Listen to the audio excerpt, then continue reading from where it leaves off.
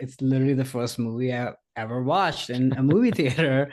It's Batman Returns, 1992, directed by Tim Burton, starring Michael Keaton, Danny DeVito, Michelle Pfeiffer. Quick logline: while Batman deals with a deformed man calling himself the Penguin, wreaking havoc across Gotham with the help of a cruel businessman, a female employee of the latter becomes the Catwoman with her own vendetta. Yeah, that log line is very telling. It's the other two people who shine more, and Exactly. Batman just happens to be there. Yeah, he's just watching other stuff Just happen. watching. Yeah.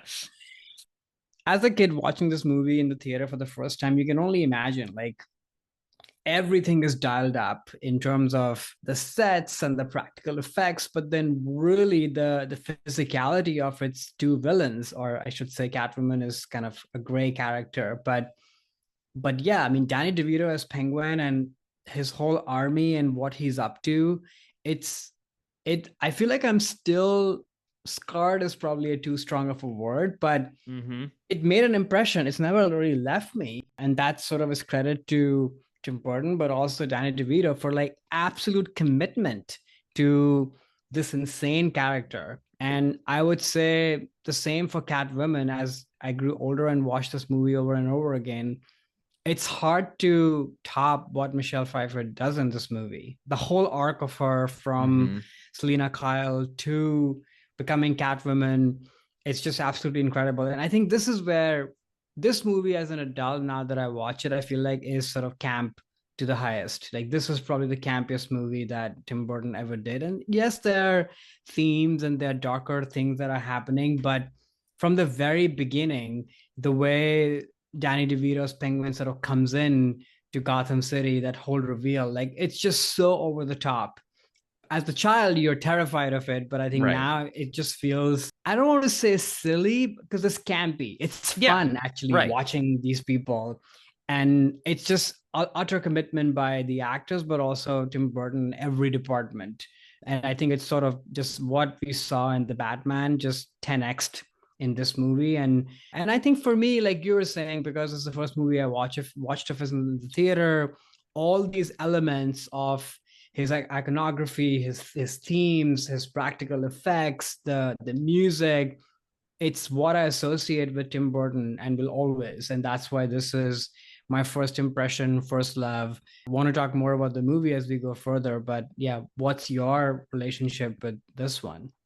Yeah, so I also, much like the first Batman, did not see this in the theater. So Mm. I'm jealous that you got to see it as a kid. So I also saw this on VHS when it came out, and I did like it as a kid, though I preferred the first movie. I thought the first movie was more fun. This one was a little slower and just not as like fun. I think lack of the Joker. You take the Joker out of anything, it's not Right. gonna be as good. Like as the years have gone by, just as a Batman fan, it's hard for me to it doesn't sit very well with me in terms of the how dark it gets, but also how like sort of inappropriately like sexual the movie is. Oh And yeah. it's sort of I've not that I'm against that at all in movies, but in a Batman movie, like I don't really need this much sexual innuendo. It just sort of is off-putting to me a bit. And I will say too, this time I was focusing a lot on, the Burton themes. And this movie I think is, as a lot of his movies like we talked about are about the outsiders, and the outsiders are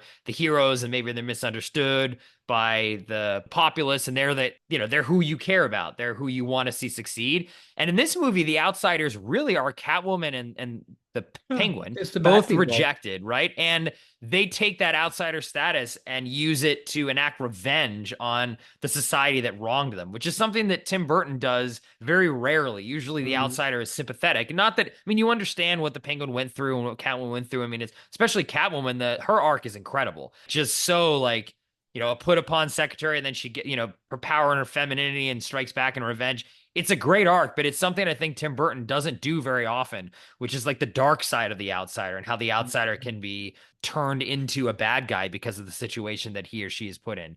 So that I never really saw before in the film until upon this one rewatch that I just did. But yeah, it's like the dirtiness, the sexual like dirtiness of this movie is somehow just off-putting to me. Like I don't need to see the Penguin like groping people. And the dialogue between the Penguin and Catwoman, is just, I don't know. Maybe it's because I like Batman too much and I just feel it's kind of awkward. Something about it just is like, I don't need this. It's gross. Plus, yeah, the Penguin is gross, being Uh, lecherous towards Selena Kyle or uh, Michelle Pfeiffer in this incredible. I mean, yeah, her performance, I think her and Danny DeVito actually are standouts in this. yeah. Absolutely standouts. And like you said, Batman, and then the plot summary sort of discusses too, doesn't really do much of anything. He's like kind of barely in the movie. There's no arc that he has whatsoever. No. And he's not interesting. Like you want to just follow No, what's yeah. I going on kept with thinking, Catwoman, you know? yeah, when he comes on screen, the movie sort of halts Yeah. because nothing much happens. Hmm. And also like the oddity of Bruce Wayne, which was kind of goofy but interesting and weird in the first one. Here, it just was like, oh, you should have just gotten Tom Hanks because Right, it's right. Tom Hanks with like weird, floppy hair. Like, what are you doing in this movie? It's like, because Michael Keaton also is, a weirder Tom Hanks. That's sort of his, Interesting. That's yeah. it's not my take. I've heard this Oh, I've take not heard in that other before. places. That's pretty But good actually. Yeah, it's a yeah, weirdo it Tom Hanks. really Yeah. comes to life in this movie. And I just was like, oh, you're not tapping enough into the weird because that's why you have Michael Keaton. Otherwise, you should have just gone for Tom Hanks. So Mm. yeah, it's just, I hear you. Like the Batman part is sort of a bummer, and that's why the movie feels slow and drags. But those two are just killing it. They're in a different Absolutely. movie, or maybe the Batman is in a different movie. I don't know, Or not in any or movie. He's not so in it. yeah. Yeah, and he kills some guy in this movie in a way that is still like, even as a kid I was like, he throws the dynamite in this guy and it smiles when he blows up. And Mm, maybe just as, again, as a Batman fan, that never really sat well with me. mm, But yeah, on the Keaton thing, that is interesting. Yeah, he is sort of, he not only doesn't have an arc, I feel like he's not really even playing the same Batman he was in the first Batman movie. Like he's not that odd guy. And they tried doing some, it's kind of like 1930s screwball comedy dynamic between him and Michelle Pfeiffer that just doesn't work. Like Vicky Vale and Bruce Wayne had sort of an awkward kind of like childlike courtship, which is sort of cute in the way it was kind of clumsy. Like Bruce Wayne doesn't know how to act around women, but this one just is kind of odd to me. Like it's the romance piece of it doesn't right. doesn't land. And in a way, like the movie was just Penguin and Catwoman, and about them sort of like doing what they need to do in Gotham City, and then basically like killing each other kind of at the end anyway. Like Batman doesn't really do much. The Right. movie might have been more interesting or just Yeah, I'm unique or with something. you. I will say the sexual chemistry, though it's a lot, but the two of them, I mean, those scenes, though you're like, what is happening and why is this in a Batman movie? They are pretty electric, though. Oh, they are. I'm not Yeah. denying that. It just sort of, I don't want to see that in my Batman movie. I'll just, but it totally works. Like it absolutely. I mean, she just immediately jumps off the screen and Yeah. everything she does, especially in that cat suit, is just like Yeah. incredible. And yeah, Danny DeVito's amazing, but I just not in my Batman movie. Not a Batman movie. Yeah, yeah. I also felt this time around like some of the set pieces kind of dragged for me, and I was like, oh, we have to go through another one. People are running Mm. around, and the opening one is amazing, but Oh then there's yeah. just Hmm. so many of those that I don't know. I found myself glancing away, or maybe I've just seen the movie way too many times. But yeah, for the longest time, like this was my favorite Batman of the Tim Burton era, and before Dark Knight came along, of course. But now Hmm. I'm like, I like parts of this, but it's really Nicholson's Batman is the one that stands out. So that was sort of my discovery from this Mm, rewatch. I see. Yeah, Yeah. yeah. I mean, I think the more times I see this movie, which I don't watch very often because I'm not a big fan of it. Like the more the Burton elements stand out a lot more. And to your point, what you said earlier about it being like the first Batman Burton, but 10 plus, this Mm, definitely feels like he could just do whatever he wanted and just yeah. did max out all those elements and taking it to the extreme and maybe too far in terms of being more of a Burton movie and less of a Batman movie. I think the balance was a little bit better in the first one. Again, I know I'm biased because I'm a Batman fan, so I'm talking about it from that perspective, and it's hard for me to kind of separate No, but you those two feel it. things out. The movie feels imbalanced because of that. Because when your villains are having a time of their life, and the so-called hero of the movie is barely there, Mm.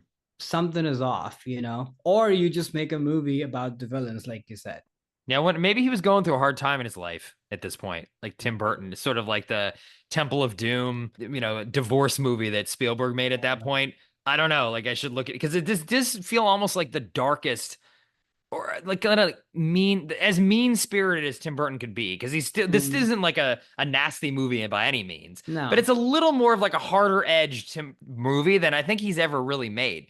There is a sense of camp and cartooniness, but there's sort of like a darkness in here too that I don't really get from his other films. Even as something as crazy as like, Sweeney Todd, where the main character is like a serial killer, basically. It doesn't feel as dark as this one does. I don't know. Maybe it's, who knows? We're gonna Maybe have to it's your look into. Batman sort of It could be thing. the I don't Batman feel thing. that. Okay, Like okay. it's I mean, all of his movies are dark and they even get darker as we go. So I don't feel that. To me, it's sort of more like the camp is just so dialed up that it doesn't often fit with the rest of the stuff that's happening. Mm, Versus, I think the first Batman, the camp sort of feels more gracefully interwoven I in see. the entire movie. So it's funny because in this movie, the camp is the strength of the movie as well, because it's brought by those two people. But because they stand out so much that it sort of feels imbalanced for the movie as a piece. But at the same time, the reason you're watching the movie is for those two. So Right, it's right. just odd, you know?